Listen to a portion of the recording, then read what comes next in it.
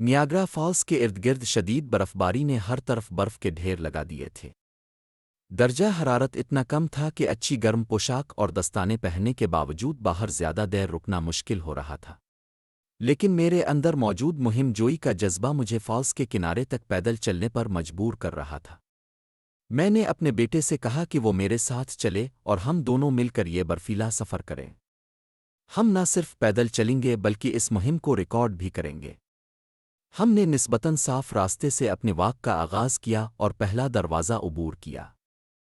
کچھ کٹھن اور سرد راستے کے بعد ہم دوسرے گیٹ کے قریب پہنچ چکے تھے۔ جب ہم نے دوسرا دروازہ عبور کیا تو ہمارے سامنے برف سے ڈھکا ہوا ایک وسیع اور تاریک منظر پھیل گیا۔ خاموشی ایسی تھی جیسے وقت خود تھم گیا ہو۔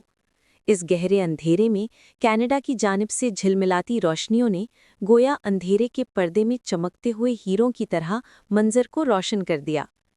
دائیں جانب اونچی عمارتوں کے ساتھ پھیلا ہوا شہر روشنیوں میں نہایا ہوا تھا۔ یہ منظر اتنا دلکش تھا کہ یوں لگتا تھا جیسے اونچی عمارتوں کی یہ جواہرات بھی اس کے سامنے ماند پڑ گئے ہوں۔ ہم نے احتیاط سے قدم بڑھانے شروع کیے کیونکہ راستہ برف سے اٹا ہوا اور پھسلن بھرا تھا۔ ہمارا رخ اب امریکی آبشار کی سمت تھا، مگر یہ سفر آسان نہیں تھا۔ مناسب مقام تلاش کرنا بھی ایک چیلنج بن چکا تھا۔ 2 سے 3 فٹ گہری برف میں چلتے ہوئے آخرکار ہمیں وہ جگہ ملی جہاں سے امریکی آبشار کا نظارہ بے مثال دکھائی دیتا تھا۔ سامنے پانی کے شور میں رنگ بدلتی روشنیوں کا جادو بکھرا ہوا تھا۔ ہر لمحہ، ہر رنگ، ایک نیا طلسم، ایک نیا احساس پیدا کر رہا تھا۔ یوں لگتا تھا جیسے قدرت اپنی پوری رعنائیوں کے ساتھ ایک خاموش مگر دل کو چھو لینے والا شو پیش کر رہی ہو۔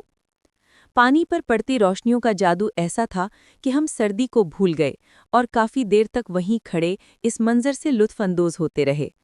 رنگوں میں نہاتا ہوا فالز کسی خواب جیسا لگ رہا تھا، مگر کچھ دیر بعد جب سردی نے اپنی شدت دکھائی تو ہم نے کینیڈین فالز کی جانب بڑھنے کا فیصلہ کیا۔ اگلا سفر سب سے مشکل تھا کیونکہ اس سمت برف کے ڈھیر بہت بھاری اور گہرے تھے۔